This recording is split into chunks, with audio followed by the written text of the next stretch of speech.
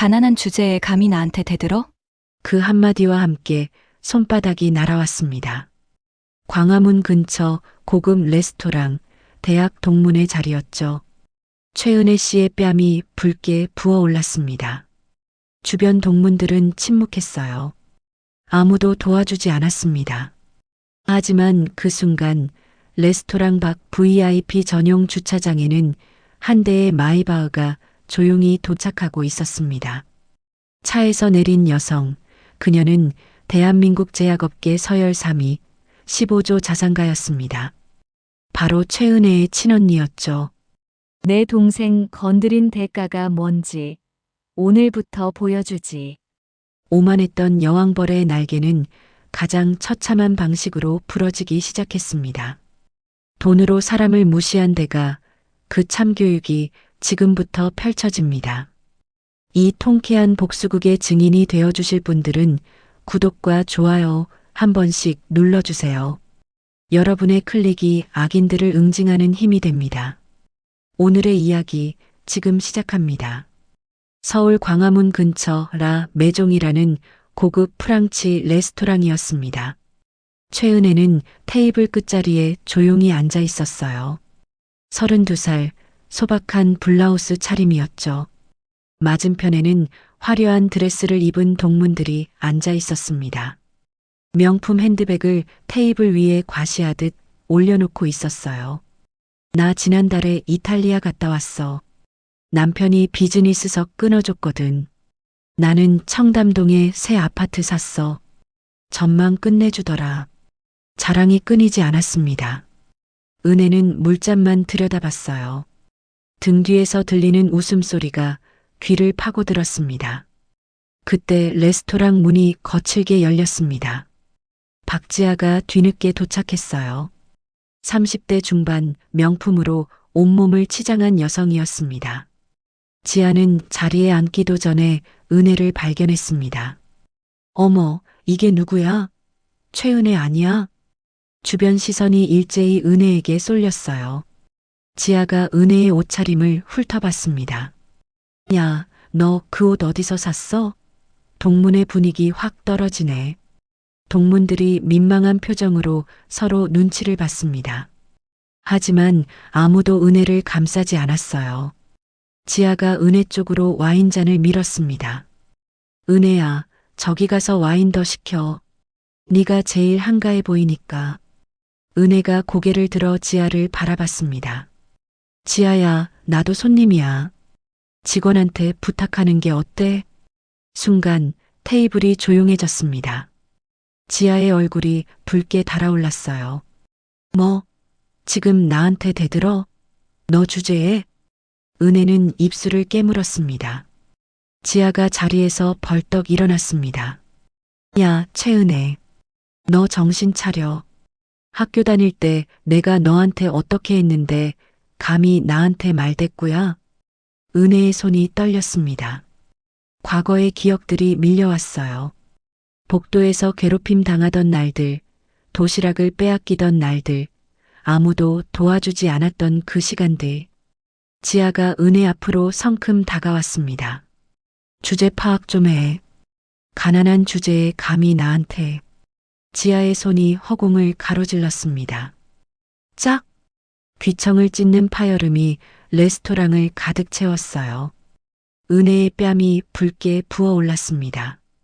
레스토랑의 모든 소음이 멈췄어요. 손님들이 일제히 이쪽을 돌아봤습니다. 은혜는 뺨을 감싼 채 고개를 숙였습니다. 눈물이 주르륵 흘러내렸어요.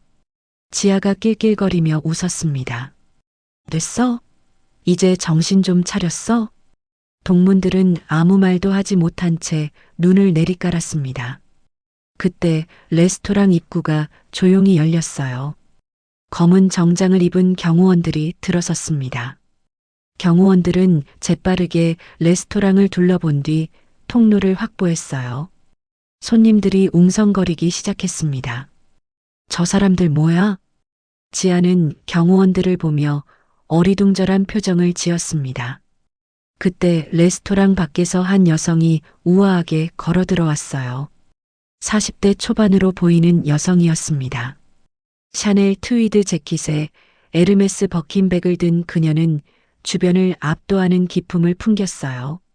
최수진이었습니다. 은혜의 친언니였죠. 수진은 레스토랑 안을 한번 훑어본 뒤 구석에 있는 은혜를 발견했습니다. 은혜의 붉게 부은 뺨을 본 수진의 얼굴이 굳어졌어요. 수진이 빠른 걸음으로 은혜에게 다가갔습니다. 은혜야. 수진은 떨고 있는 은혜를 조심스럽게 일으켰습니다. 은혜가 고개를 들어 언니를 올려다봤어요. 수진은 은혜의 상태를 확인한 뒤 천천히 지하 쪽으로 고개를 돌렸습니다. 수진의 눈빛은 얼음처럼 차가웠어요. 지아는 그 시선을 받으며 본능적으로 한 발 뒤로 물러섰습니다. 수진이 손짓하자 옆에 있던 비서가 명함 한 장을 건넸어요. 수진은 명함을 테이블 위에 탁 소리나게 내려놓았습니다. 명함 위에는 바이오젠 그룹 회장 최수진이라는 글자가 선명했어요. 동문들이 명함을 보며 숨을 죽였습니다. 수진이 차가운 목소리로 말했습니다. 내 동생한테 손댄 대가는 반드시 치르게 될 거야. 수진은 은혜의 어깨를 감싸며 일으켰습니다.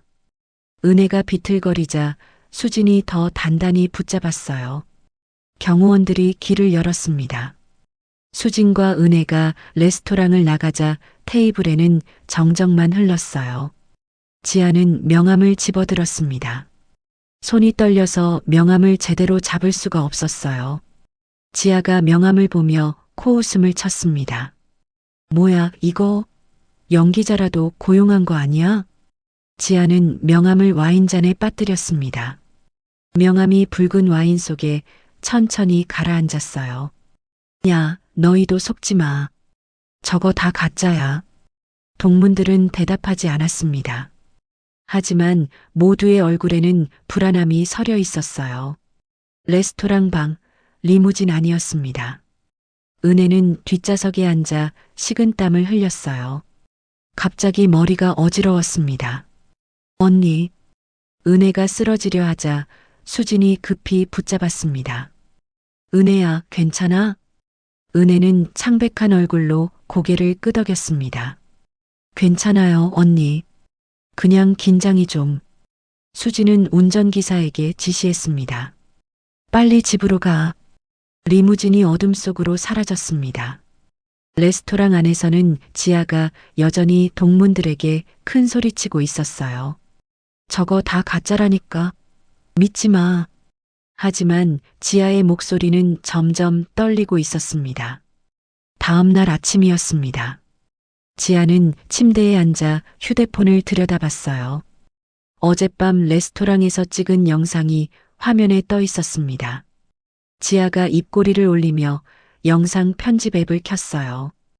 은혜가 뺨을 맞는 장면만 남기고 지아가 먼저 시비를 건 부분은 싹 잘라냈습니다. 수진이 등장하는 장면도 지웠어요. 지아는 영상 제목을 입력했습니다. 재벌 언니 믿고 까부는 거짓 친구 참교육. 업로드 버튼을 누르는 지아의 손가락이 흥분으로 떨렸어요. 이제 네가 어떻게 되나 두고 봐, 최은혜. 지아가 중얼거리며 휴대폰을 던졌습니다. 그때 바이오젠 그룹 본사 회장실이었습니다.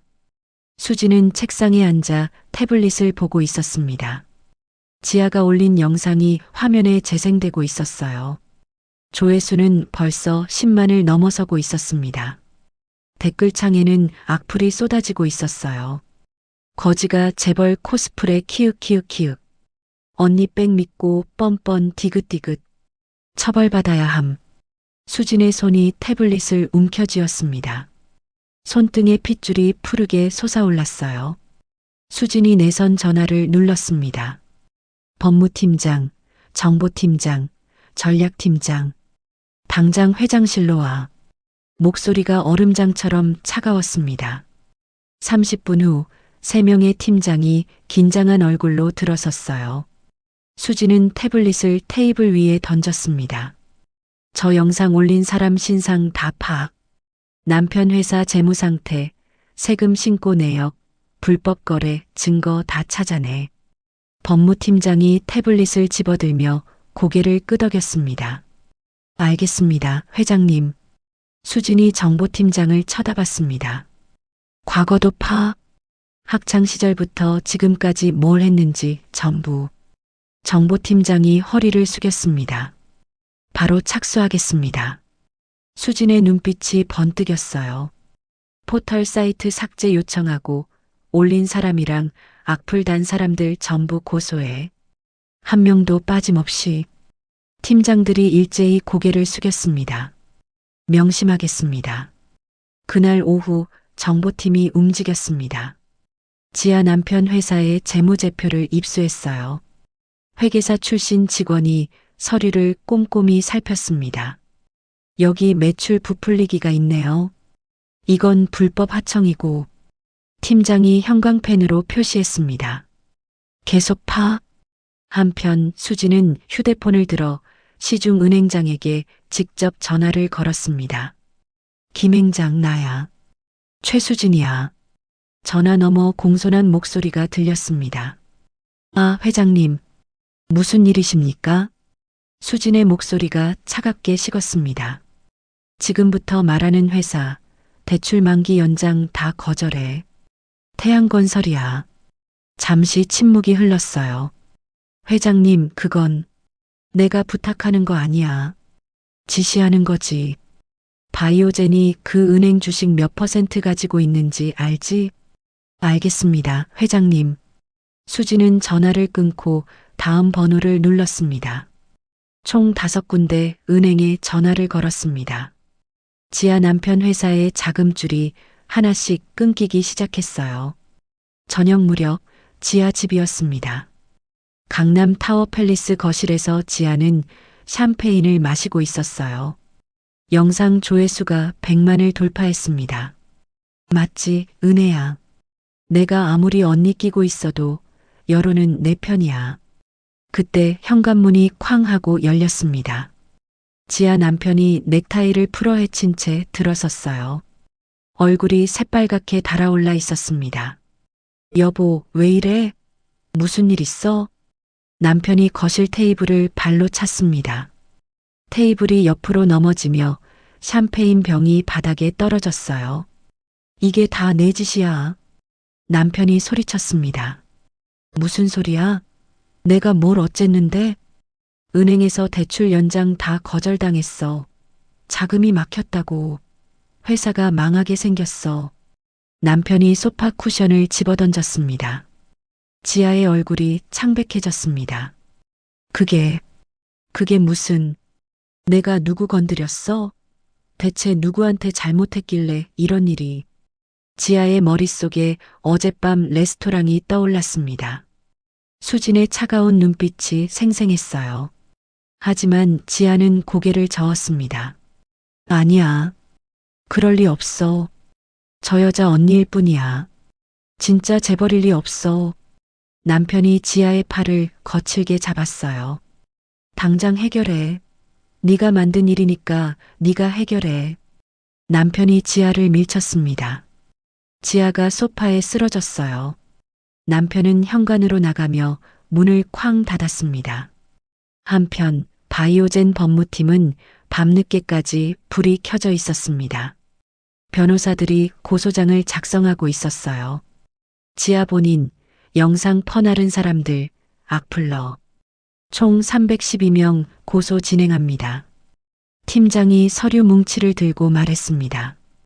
포털 사이트 삭제 요청도 내일 아침 첫 업무로 진행하겠습니다. 다음 날 아침 은혜는 경찰서 앞에 섰습니다. 기자들이 몰려들었어요. 플래시가 터지고 질문이 쏟아졌습니다. 바이오젠 회장 동생분, 고소하신 이유가 뭡니까? 영상이 사실입니까? 은혜는 기자들을 조용히 지나쳐 경찰서 안으로 걸어 들어갔습니다. 담당 형사에게 고소장을 건넸습니다. 무관용 원칙으로 끝까지 갑니다. 합의 같은 거 없어요. 은혜의 목소리가 단호했습니다. 고소 사실이 언론에 보도된 지 사흘째 되는 날이었습니다. 은혜는 거실 소파에 앉아 뉴스를 보고 있었어요. 화면에는 바이오젠 그룹의 대규모 고소건이 자막으로 흐르고 있었습니다. 초인종이 울렸습니다. 은혜가 인터폰을 확인했어요. 화면에는 정장을 입은 중년 남성이 서 있었습니다. 누구세요? 안녕하십니까? 저는 김정훈 변호사라고 합니다. 도와드리고 싶어서 왔습니다. 남성이 공손하게 말했습니다. 은혜가 문을 열자 김 변호사가 명함을 건넸어요. 인권 변호사 김정훈이라는 글자가 적혀 있었습니다. 제가 무료로 변론해 드리겠습니다. 김 변호사가 부드럽게 웃었습니다. 은혜는 명함을 들여다봤습니다. 인터넷에서 본 적 있는 이름이었어요. 약자를 위해 무료 변론을 많이 하는 유명한 변호사였습니다. 정말 괜찮으세요?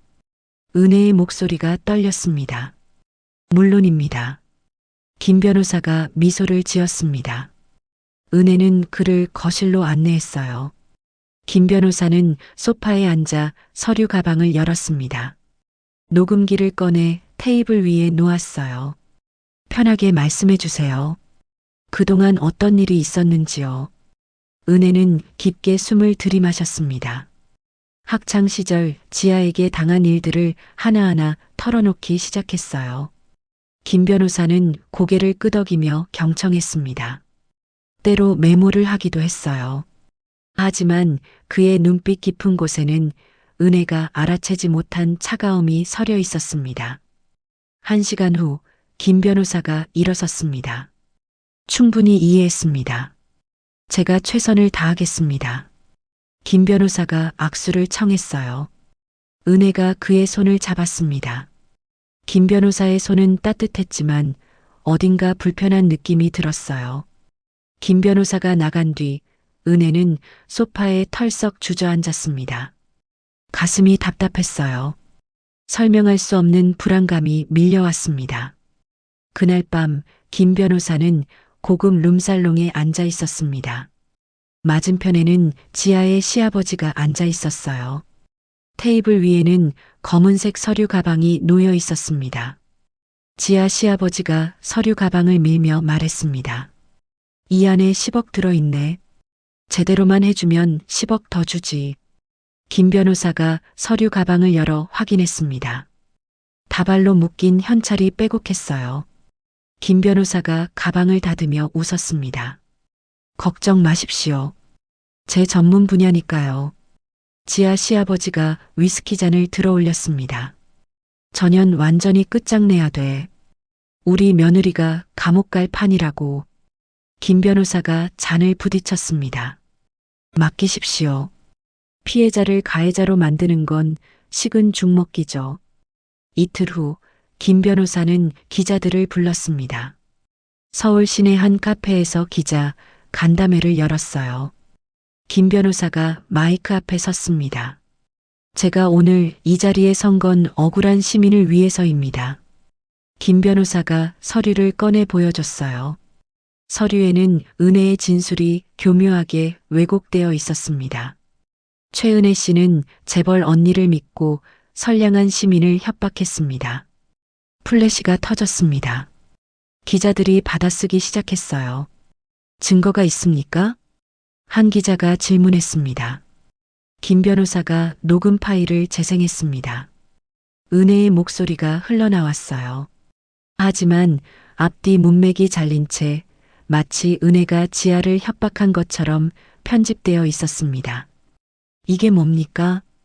기자들이 웅성거렸습니다. 기사가 실시간으로 쏟아지기 시작했습니다. 재벌 동생, 알고 보니 가해자였다. 언니 백 믿고 선량한 시민 협박. 인권 변호사가 폭로한 충격적 진실. 여론이 급격히 반전됐어요. 은혜를 지지하던 사람들이 등을 돌리기 시작했습니다. 바이오젠 회장실, 수지는 뉴스를 보며 얼어붙었습니다. 저 변호사 뒤를 파. 뭔가 있을 거야. 수진이 이를 갈며 말했습니다. 전직 검찰총장 출신 고문이 움직였습니다. 이틀 후 증거가 나왔습니다. 김정훈 차명 계좌로 20억 입금받았습니다. 출처는 지하시댁 회사예요. 고문이 파일을 펼쳐 보였습니다. 더 있어. 룸살롱 접대, 여자 문제, 탈세 의혹까지. 고문이 사진들을 꺼내 보여줬어요. 수진이 차갑게 웃었습니다. 이 정도면 충분해. 저 새끼 목줄 쥐었네. 어떻게 하시겠습니까? 기자 회견장에서 지하 사주 받은 거 폭로하게 만들어. 이중 스파이로 써먹는 거지. 수진의 목소리가 냉혹했습니다. 기자 회견 당일 아침이었습니다. 서울 시내 대형 호텔 컨퍼런스홀이었어요. 지아는 단상 뒤편 대기실에서 립스틱을 고쳐 발랐습니다. 오늘 제대로 해. 여론 완전히 우리 편으로 만들어야 돼. 남편이 지아의 어깨를 두드렸어요. 걱정 마. 내가 연기 좀 하잖아. 오전 11시 회견이 시작되었습니다. 지아가 단상 위로 올라갔어요. 지아가 입을 열려는 순간이었습니다. 회견장 뒷문이 열렸어요. 김정훈 변호사가 창백한 얼굴로 들어섰습니다. 김 변호사님? 지아가 깜짝 놀라 쳐다봤어요. 김 변호사는 지아를 보지 않고 단상으로 걸어갔습니다. 기자들이 웅성거리기 시작했어요. 김 변호사가 마이크 앞에 섰습니다. 손이 떨리고 있었습니다.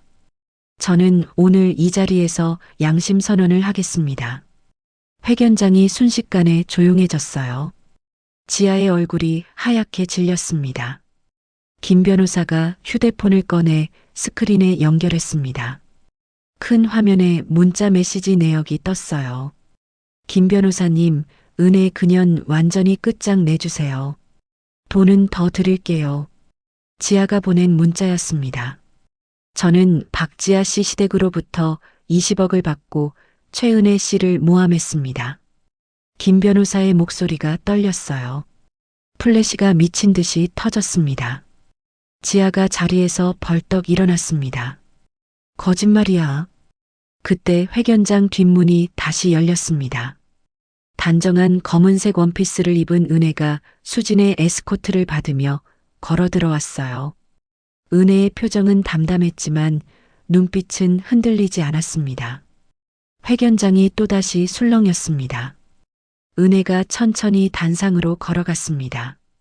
지아와 눈이 마주쳤어요. 지아는 뒷걸음질 쳤습니다. 은혜가 마이크 앞에 섰습니다. 안녕하십니까? 저는 최은혜입니다. 은혜의 목소리는 떨렸지만 또렷했습니다. 저는 바이오젠 그룹 최수진 회장의 동생입니다. 회견장이 웅성거렸어요. 저는 학창시절 박지아 씨로부터 지속적인 괴롭힘을 당했습니다. 은혜의 눈에 눈물이 맺혔습니다. 하지만 목소리는 흔들리지 않았어요. 동문회에서 지아 씨가 저를 때렸을 때 언니께서 저를 구해주셨습니다. 저는 피해자입니다. 지아가 은혜를 가리키며 소리쳤습니다. 거짓말, 너. 지아의 말이 끊겼습니다. 수진이 회견장으로 걸어 들어오고 있었어요. 지아는 수진을 보자 입이 떡 벌어졌어요. 다리에 힘이 풀렸습니다. 바로 그때 지아의 휴대폰이 울렸습니다. 남편의 전화였어요. 당장 집으로 와. 건물주가 바뀌었어. 계약 해지당했어. 우리 쫓겨나. 남편의 비명 같은 목소리가 흘러나왔습니다. 그리고 회사 부도 났어. 은행에서 채권 다 회수했어. 우리 망했어. 지아의 손에서 휴대폰이 떨어졌습니다. 지아의 다리가 꺾이며 바닥에 주저앉았습니다. 그때 회견장 문이 다시 열렸습니다. 국세청 조사관들이 들어섰어요. 박지아 씨 세무조사 통지서입니다. 조사관이 서류를 건넸습니다. 지아는 통지서를 받지도 못하고 그대로 쓰러졌어요. 조사관들이 동문들에게도 통지서를 나눠주기 시작했습니다. 3년 후 서울 강남 희망재단 건물 앞이었습니다. 은혜는 이사장실에 앉아 서류를 검토하고 있었어요. 책상 위에는 학교 폭력 피해 학생들의 지원 신청서가 쌓여 있었습니다. 은혜의 얼굴에는 3년 전의 창백함이 완전히 사라졌어요. 비서가 문을 노크하고 들어왔습니다. 이사장님, 오늘 오후 2시에 학생 상담 예정이십니다. 알겠어요. 은혜가 웃으며 말했어요. 그때 사무실 문이 열렸습니다. 5살 된 쌍둥이 남매가 뛰어들어왔어요. 엄마. 아이들이 은혜에게 달려왔습니다. 은혜가 의자에서 일어나 아이들을 안아줬어요. 뒤에서 수진이 들어왔어요. 애들이 엄마 보고 싶다고 난리였어. 수진이 웃으며 말했습니다. 언니, 오늘도 고생하셨어요. 은혜가 고개를 숙였습니다. 그날 저녁 가족들은 함께 저녁을 먹었습니다. 식탁에는 따뜻한 음식들이 가득했어요. 식사 후 은혜가 창밖을 바라봤습니다. 별이 총총히 빛나고 있었어요. 진정한 복수는 내가 행복해지는 거였구나. 은혜가 조용히 중얼거렸습니다. 여러분, 오늘의 이야기는 결국 한 가지 진실로 귀결됩니다. 악은 스스로 무너지고 선은 결코 흔들리지 않는다는 것. 동문회의 한순간 폭력과 조롱은 분명 잔인했지만 그것이 누구의 진짜 가치를 바꿀 수는 없었습니다. 사람을 평가하는 기준은 겉모습도 가진 돈도 과거의 상처도 아니었습니다. 진짜 힘은 누군가를 끝까지 지켜주려는 마음, 그리고 부정한 것을 바로잡으려는 용기였어요. 우리는 때로 억울한 순간을 견뎌야 하고 도움받을 길 없는 어둠 속을 지나기도 합니다. 하지만 기억해야 합니다. 세상 어딘가에 여러분의 아픔을 알아보고 당신 편에 서줄 단 한 사람이 반드시 존재한다는 것을요. 오늘의 이야기가 마음 한편에 작은 위로나 용기가 되었다면 좋겠습니다. 이야기를 끝까지 들어주신 분이 계시다면 잘 들었다고 댓글 하나만 남겨주세요. 감사합니다.